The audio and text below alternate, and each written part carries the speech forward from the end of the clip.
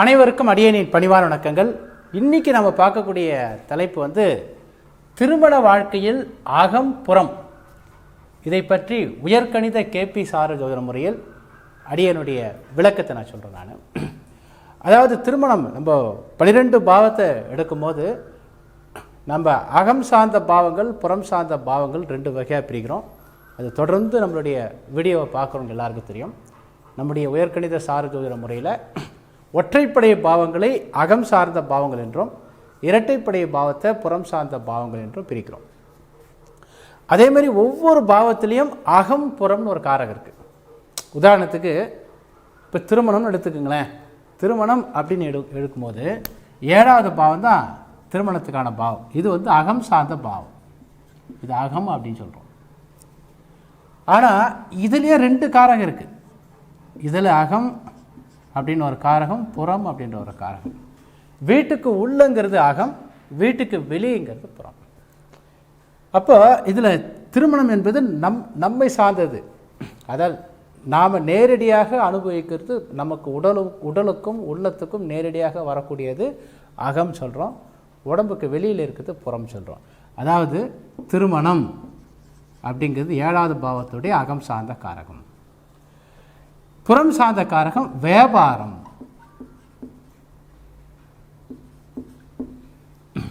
இந்த வியாபாரம் அப்படிங்கிறது என்னன்னு பார்த்தீங்கன்னா ஒன்றை கொடுத்து ஒன்று வாங்குதல். திருமணம் என்பது ஒன்றை கொடுத்து ஒன்று வாங்குகிறோம். 7வது பாவம் என்பது அகம் சார்ந்த காரகத்தில் எதிர்பாலினத்தை குறிக்கக்கூடியது. எதிர்பாலினங்கள் ஒன்று சேரும்போது தான் ஒரு குழந்தை அப்படிங்கிறது உருவாகுது. ஒரு வாரிசு அல்லது ஜென்ரேஷன் உருவாகணும் அப்படின்னா எதிர்பாலினம் இருந்தால் தான். பரிணாம வளர்ச்சியில் ஒரு உயிரினங்கள் வளர வேண்டும் என்றால் 2 எதிர்பாலினங்கள் ஒன்று சேர்ந்தால் தான் வர முடியும். அதுதான் இங்கே அகம் சார்ந்தது திருமணம் அப்படின்னு சொல்கிறோம். புறம் சார்ந்தது மெட்டீரியல் லைஃப். அதாவது ஒரு பொருளை கொடுத்து நாம் பொருளாதாரத்தை டெவலப் பண்ணுறோம். ஒரு பொருளை கொடுத்து வேறொரு பொருளை வாங்குதல், இதுக்கு பேர் வியாபாரம். இங்கே இதுவும் திருமணம் என்பதும் ஒரு வியாபாரம் தான். இது அகம் சார்ந்த வியாபாரம், அது புறம் சார்ந்த வியாபாரம் அப்படி எடுத்துக்கலாம். அதாவது 7வது பாவம் என்பதே ஒரு விஷயத்தை எளிதாக்கக்கூடியது தான் 7வது பாவம். ஒரு விஷயத்தை ரொம்ப ஈஸியாக பண்ணணும் அப்படின்னா அது 7வது பாவம் தான் ரொம்ப முக்கியம். அதாவது 8வது பாவத்தையும் 12வது பாவத்தையும் 2ஐயும் உடைக்கக்கூடிய பாவம் இந்த 7வது பாவம். 8வது வீட்டுக்கு இது 12வது வீடு, 12வது வீட்டுக்கு இது 8வது வீடு. அப்போ 8ஐயும் 12ஐயும் உடைக்கக்கூடிய பாவம்.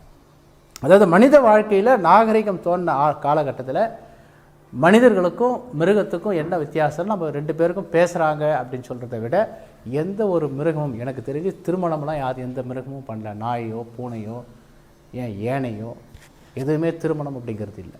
மனிதர்களுக்கு மட்டும்தான் திருமணம். அதாவது மனித நாகரிகம் வளர்ச்சி அடையும் போது திருமணம் அப்படிங்கிற விஷயம் வந்தது. அந்த திருமணம் என்பது ஒரு சமூக பாதுகாப்பு, ஒருவருக்கொருவர் பாதுகாப்பு.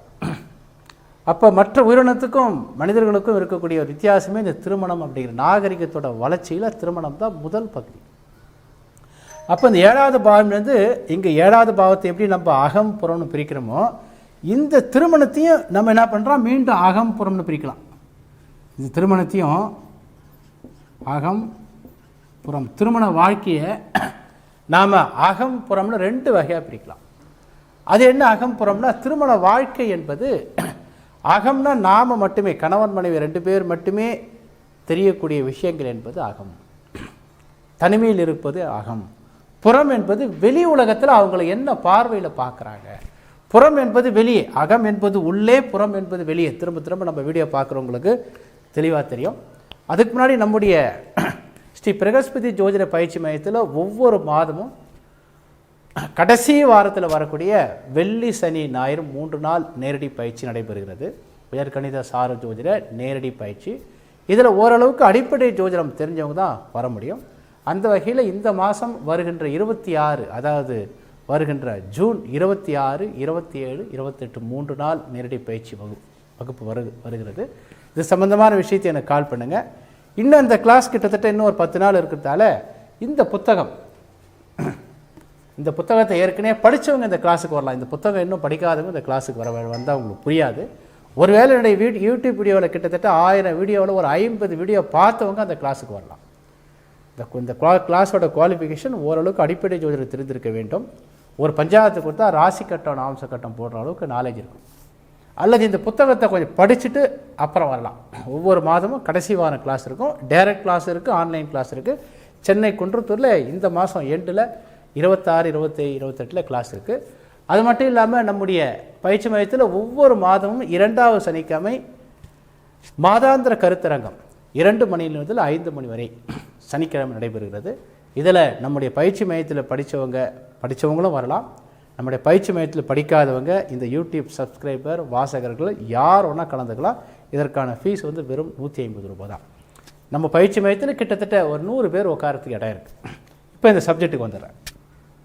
அப்போது 7வது பாவத்தை நம்ம அகம் புறம்னு பிரிக்கும் போது வெளி உலகத்தில், ஏன்னா திருமண வாழ்க்கையுடைய புறம் சார்ந்த காரகம், புறம் சார்ந்த வாழ்க்கை, திருமண வாழ்க்கை ரெண்டு வகையாக பிரிக்கிறோம், அக வாழ்க்கை புற வாழ்க்கைன்னு. அதாவது 7வது பாவம் என்பது புற வாழ்க்கையை குறிக்கக்கூடியது. 7வது பாவம் என்பது புற வாழ்க்கை, திருமண வாழ்க்கையோட புற வாழ்க்கையை குறிக்கக்கூடியது. திருமணம் என்பதை அகம் புறம்னு பிரிக்கும் போது 7வது பாவம் என்பது புற வாழ்க்கை. இங்கே சுக்கிரன் கலத்திர காரகன் சுக்கிரன் என்பது அக வாழ்க்கையை குறிக்கக்கூடியது. அதாவது இங்கே கிரகம் பாவம்னு வந்துடுது. ஒரு சப்ஜெக்டை வச்சு நம்ம பார்க்கும்போது கிரகம் பாவம், எல்லா விஷயத்துக்கும் நம்ம என்ன பண்ணுறோம், கிரகம் பாவம் அப்படின்னு பிரிச்சுக்கிறோம். எந்த ஒரு விஷயம் இருந்தாலும் அதற்கு ஒரு கிரகம் ஒரு பாவம் இருக்கும். இங்கே 7வது பாவத்துடைய அக வாழ்க்கை என்பது சுக்கிரனையும், அந்த ஜாதகத்தில் சுக்கிரன் எப்படி அமைந்துள்ளதோ அதை பொறுத்து அவருடைய அக வாழ்க்கை அமைகிறது. அந்த வீட்டில் 7வது பாவம் எப்படி அமைகிறதோ அது புற வாழ்க்கை. அதாவது 7வது பாவம் என்பது ஜோடி பொருத்தம் அப்படின்னு சொல்லுவோம். 7வது பாவம் என்றாவே நிறைய காரணத்துக்கு ஜோடி பொருத்தம். ஏன்னா ஒன்றுக்கு ஒன்று சரியாக இருந்தால் தான். இங்கே வியாபாரம்னு பார்க்கும்போது நம்ம ஒரு இடக்கல் வச்சுருக்கோம் இல்லையா, ஒரு தராசு வச்சுருக்கோம் இல்லையா, தராசு என்பது எதை சொல்லுது, இரண்டும் சமமாக. அப்போ கொடுக்கறதும் வாங்கிறதும் கிட்டத்தட்ட சமமாக இருந்தால் தான் அந்த வியாபாரம் நீண்ட நாட்கள் போகும். அதில் தான் காலப்புருஷ தத்துவத்தின் அடிப்படையில் அந்த தராசு என்ற சிம்பல், வியாபாரத்துக்கு தராசு என்ற சிம்பல். அதே மாதிரி தான் நம்ம ஜட்ஜ்மெண்ட்டுக்கும் நீதிபதிக்கு எதிரில் தராசுங்கிற சிம்பல் வைப்பாங்க. நடுநிலை, இந்த பக்கமும் சாயாமல் அந்த பக்கமும் சாயாமல் இருக்கிறது தான் தராசு. அந்த வகையில் இந்த 7வது பாவம் என்பது ஒரு வியாபாரம், பொதுமக்கள். 7வது பாவங்கிறது வீட்டுக்கு வெளியில் இருக்கக்கூடிய இந்த சமூகம். 7வது பாவம் சமூகம் சொல்ல. இந்த சமூகம் இந்த தம்பதிகளை எப்படி பார்க்கிறது? அதாவது 7வது பாவம் என்பது 1, 3, 5, 7, 9, 11 இந்த மாதிரி ஒற்றைப்படை பாவத்தை தொடர்பு கொள்ளும்போது இங்கே ஜோடி பொருத்தம் சரியாக இருக்கும். அதாவது 2 பேருக்கும் இந்த சமூகம் 2 பேரையும் சரியான ஜோடி என்பதை ஒற்றுக்கொள்ளும். அதாவது 2 பேரும் ஒரே கம்யூனிட்டி, ஒரே ஹைட்டு, ஒரே வெயிட்டு, இந்த மாதிரி ஜோடி பொருத்தம் சரியாக இருக்குது அப்படின்னு சொல்கிறோம் இல்லையா. சில சினிமாவோட பார்த்தீங்கன்னா ஒரு ஹீரோவுக்கு இந்த ஹீரோயின் தான் வரணும் அப்படின்ட்டு, இந்த கதைக்கு இப்படி தான் வரணும் அப்படின்ட்டு ஒரு ஜோடி பொருத்தம் செட் பண்ணுறாங்க இல்லையா. இந்த ஹீரோவுக்கு இந்த ஜோடி தான் வரும், இந்த கெமிஸ்ட்ரி மேட்ச் ஆகுதுன்னு சொல்லுவாங்க. நீங்கள் எம்ஜிஆர் எடுத்திங்கன்னா அதிகமான எம்ஜிஆர் கூட நடித்தவங்க யாருன்னு பார்த்தீங்கன்னா சரோஜினி தேவி தான். சரோஜினி தேவிக்கு எம்ஜிஆருக்கு நல்லா ஃபிட் ஆகும். அதுக்கப்புறம் தான் ஜெயலலிதா. அப்போ அந்த மாதிரி அந்த ஜோடி பொருத்தம். அப்போ 7வது பாவம் என்பது பொதுமக்கள். அதாவது ஒரு ஜாதகத்தில் 7வது பாவம் 1, 3, 5, 7, 9, 11 இந்த பாவங்களை தொடர்பு கொள்ளும்போது 7வது பாவம் வலுவடையுது. அப்போ 7வது பாவம் வலுவடையும் போது என்னன்னா அவருக்கு சரியான ஜோடி பொருத்தம், இந்த சமூகம் அவர்களை ஏற்றுக்கொள்ளும். ஏன்னா 7வது பாவங்கிறது வெளியே, திருமண பொறுத்து வெளியே. ஏன்னா ஒருத்தருடைய உயரமோ ஒருத்தருடைய வெளி உலகத்தில் அவர் பழகக்கூடிய பழக்கமோ இது மட்டுமே அவருடைய முழுமையான எண்ண ஓட்டங்கள் இல்லை. அதே நம்ம புரிஞ்சுக்கணும். 2 பேரும் ஒரே படிப்பு, ஒரே ஜோடி பொருத்தம், ஒரே சம்பளம், ஒரே திறமைகள், அப்படி இருக்கிறத இந்த சமூகம் ஒற்றுக்கொள்ளுது. அவங்க சரியான பொருத்தம், ஜாடிக்கேற்ற மூடின்னு சொல்கிறோம் இல்லையா, அந்த மாதிரி 7வது பாவம் நன்றாக இருந்தால் வெளி உலகத்தில் அவங்களுக்கு அங்கீகாரம் கிடைக்கும். அதேமாதிரி வெளியில் அவங்க ஒருத்தருக்கு ஒருத்தர் சண்டை போட்டுக்க மாட்டாங்க. ஒரு வேளைக்குள்ளே அவங்களுக்குள்ள ஒரு சண்டை சச்சரவுகள் இருந்தாலும் கூட அவங்க தனியாக வச்சுக்குவாங்க. அவர்களை இந்த சமூகம் ஏற்றுக்கொள்ளும். அதனால தான் திருமண பொருத்தத்துக்கு 7வது பாவத்தை ரொம்ப முக்கியம்னு சொல்கிறோம். வெளியில் சமூகம் பொருத்தமான ஜோடி எங்கே போனாலும் ஒன்றா போவாங்க. இந்த 7வது பாவம் பலவீனமாக இருக்கிறவங்க, 7வது பாவம் வந்து ஒரு ஜாதகத்தில் 6, 8, 12 இந்த மாதிரி தொடர்பு கொள்ளும் போது என்னென்னா திருமண வாழ்க்கையில் நல்லா இருந்தாலும் கூட, அதாவது அவங்களுக்கு அநேகமாக சுக்கிரன் நல்லா இருந்திருக்கும். அப்போ இந்த 7வது பாவம் 6, 8, 12 தொடர்பு கொள்ளும்போது கணவன் மணி 2 பேரும் ஒன்றாவே இருக்க மாட்டாங்க. இந்த 7வது பாவம் ஒற்றைப்படை பாவம் தொடரும்போது என்ன சொல்லுதுன்னா, கணவன் மனைவி 2 பேரும் ஒரே இடத்துல இருப்பாங்க, தனித்தனியாக பிரிஞ்சு இருக்க மாட்டாங்க அப்படிங்கிற விஷயத்தையும் இது சொல்லுகிறது. ஒரு ஜாதகத்தை கொடுத்துட்டு 7வது பாவம் வந்து ஒற்றைப்படை பாவம் தொடர்பு கொண்டா ஹஸ்பண்ட் ஃபாரின் போனார்னா மனைவியும் போயிடுவாங்க. ஒரு 6 மாதம் இருந்துட்டு அப்புறம் ஃபேமிலி அழைச்சிட்டு போயிடுவார்.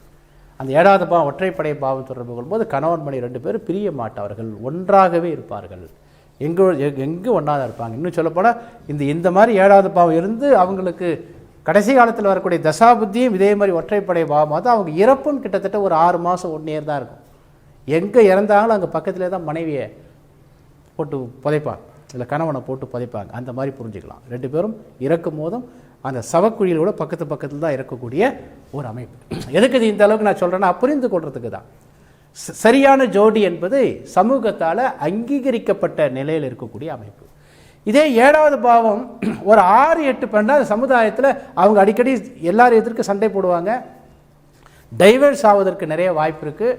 பொருத்தமற்ற ஜோடியாக இருப்பாங்க. ரொம்ப ஈஸியாக அந்த திருமணம் நடந்த அன்றைக்கே சொல்ல ஆரம்பிச்சிடுவாங்க. மேடையில் அங்கே 2 பேரும் மாலை மாற்றும் போதே இங்கே சாப்பிட்டுட்டு இருக்குன்னு சொல்லுவாங்க, என்னப்பா ஜோடி பொருத்தமே இல்லையே, இந்த பையனுக்கு இந்த பொண்ணா, இல்லை இந்த பொண்ணுக்கு இந்த பையனா, எப்படி பிடிச்சாங்க, எப்படி யோசிக்காமல் இவ்வளோ வரன்னு பார்த்தாங்களே, எப்படி பிடிச்சாங்க, இவ்வளோ குண்டாக இருக்கார் பையன், பொண்ணு இவ்வளோ மெலிசாக இருக்கு, அல்லது பொண்ணு இவ்வளோ குண்டாக இருக்குது, பையன் இவ்வளோ மெலிசாக இருக்கானே, பொண்ணு இவ்வளோ கருப்பாக இருக்கே, பையன் இவ்வளோ கலராக இருக்கானே, அல்லது பையன் இவ்வளோ கருப்பாக இருக்கானே, பொண்ணு இவ்வளோ கலராக, இந்த மாதிரி ஏதாவது ஒன்று சொல்லிக்கிட்டே இருப்பாங்க.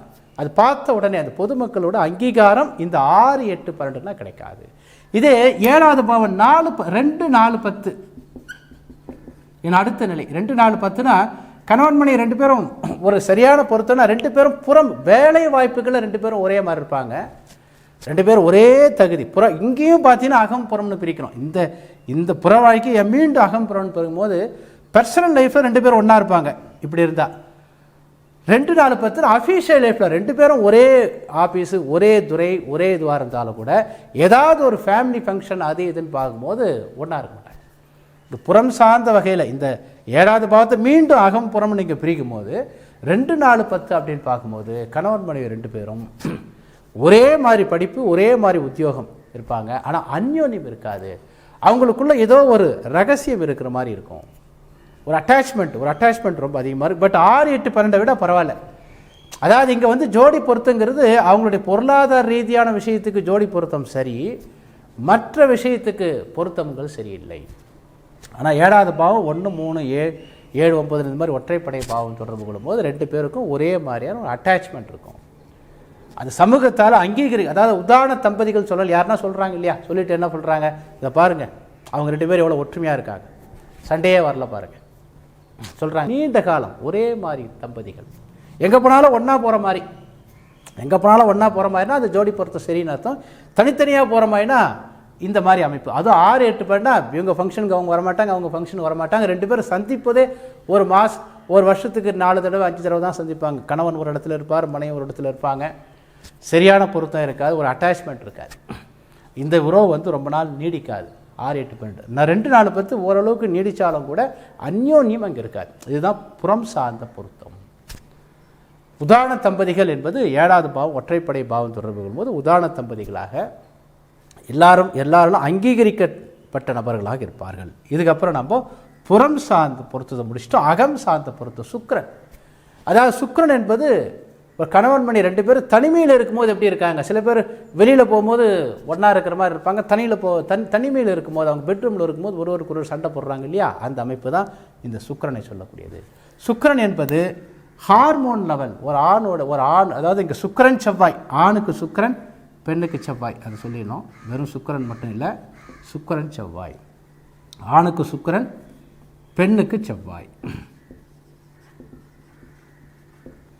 அப்போ இந்த செவ்வாய் என்ற கிரகம் இதே 7வது பாவத்தை சொல்கிற மாதிரி தான். சுக்கிரன் என்ற கிரகம் 1, 3, 5, 7, 9, 11 இந்த பாவங்களை தொடர்பு கொள்ளும் போது அவர்கள் இயற்கையாகவே தனிமையில் கணவன் மனைவி 2 பேரும் ஒற்றுமையாக பெட்ரூமில் இருக்கக்கூடிய அமைப்பு. ஏன்னா ஒரு சுக்கிரன் ஒரு ஜாதகத்தில் ஒற்றைப்படை பாவத்தை தொடர்பு கொள்ளும் போது அவர்களுக்கு இயற்கையாகவே இந்த ஹார்மோன் அளவு அதிகமாக இருக்கும்.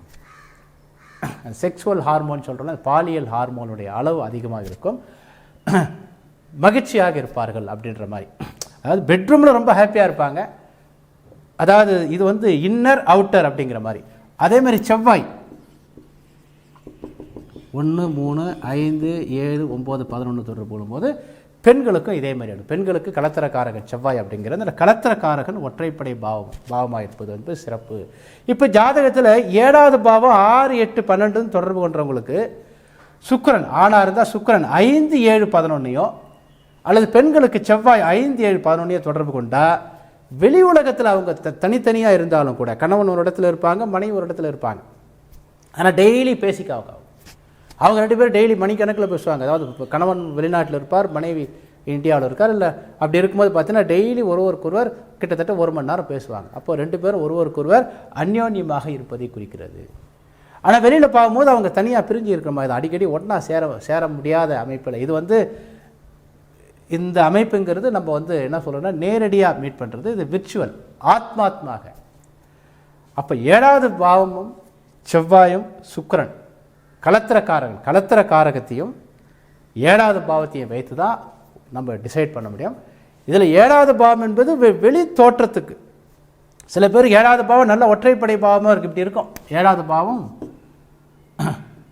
ஜாதகத்தில் பார்த்தீங்கன்னா 1 5 11 இருக்கும். ஆனால் சுக்கிரன் அப்படின்ற கிரகம் ஜாதகத்தில் 6 4 4 6 8 10 12 இருக்கும். இப்போ பாருங்கள், இந்த 7வது பாவம் காமிச்ச வீட்டை அப்படியே சுக்கிரன் மறுக்குது பார்த்தீங்களா? அப்போ கணவன் மனைவிக்குள்ளே ஒரு அட்டாச்மெண்ட் இருக்காது. ஆனால் வெளி உலகத்தில் அவங்க உதாரண தம்பதிகள் மாதிரி இருப்பாங்க. ஆனால் ஒருவருக்கு ஒரு அட்டாச்மெண்ட் இருக்காது. ஏன்னா இந்த 7வது பாவத்தை எதிர்க்கிற மாதிரி சுக்கிரன் பாவங்களை வைத்திருக்குது. 7ஆம் பாவத்து 1வது வீட்டை கெடுக்கிற 12, 5ஆம் பாவத்தை கெடுக்கிற 4, 11ஆம் பாவத்துக்கு கெடுக்கிற 10, இதுக்கப்புறம் வரக்கூடிய 6 8 12. இந்த மாதிரி அமைப்பு இருக்கும்போது இங்கே திருமண வாழ்க்கை அவ்வளோ சிறப்பாக இருக்காது. ஆனால் வெளி உலகத்தில் மட்டும் அவங்க நல்லா இருக்கிற மாதிரி ஒரு தோற்றம் இருக்கும். குழந்தைகள் எதிர்க்க சண்டை போடுறது இது மாதிரிலாம் எதுவும் இருக்காது. பட் என்னென்னா ஒரு அந்யோன்யம் அவர்களுக்கு இருக்காது. இதுதான் நம்ம என்ன சொல்கிறோன்னா அகம் சார்ந்த காரகம். அப்போது திருமணம் என்பது அகம் புறம் ரெண்டுத்தில் ஏதாவது ஒன்று இருந்தால் மெர்ஜி பண்ணி ஓடிடும். அகமோ புறமோ ஏதாவது ஒன்று வலுவாக ஒற்றைப்படை பாவத்தை தொடர்பு கொள்ளும்போது ஏதாவது ஒன்றா ரெண்டுமே கெட்டு போகும்போது தான் 7வது பாவமும் கெட்டு போயிட்டு சுக்கிரனும் கெட்டு போயிட்டு இருக்கிற ஜாதகங்கள் அவ்வளோ சிறப்பாக இருக்காது. அதாவது 7வது பாவம் இப்படி இருக்குது.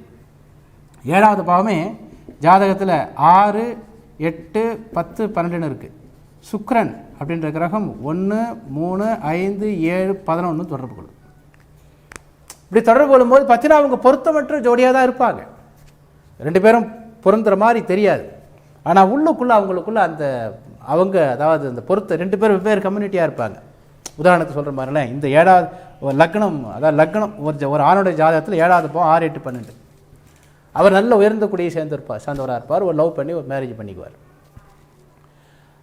2 பேருக்கும் மேட்சிங் இருக்காது. வெளி உலகத்தில் எல்லாரும் ஏற்றுக்க மாட்டாங்க. பட் அவங்களுக்குள்ள நல்லா ஒற்றுமையாக இருப்பாங்க. காரணம் என்னென்னா இந்த சமூகம் அவர்களை ஏற்காவிட்டாலும் இந்த 7வது பாவம் எந்த பாவத்தை தொடர்பு கொள்கிறதோ அந்த பாவத்தை மறுக்கிற மாதிரி 6வது வீட்டுக்கு எடுக்கிற 5, 8வது வீட்டுக்கு எடுக்கிற 7, 10வது வீட்டுக்கு எடுக்கிற 5, 12வது வீட்டுக்கு எடுக்கிற 11 இந்த பாவங்கள் இருப்பதால் சமூகத்தில் பொருத்தமற்ற ஜோடியாக இருந்தாலும் கூட அவங்களுக்குள்ள ஒற்றுமையாக தான் இருப்பாங்க.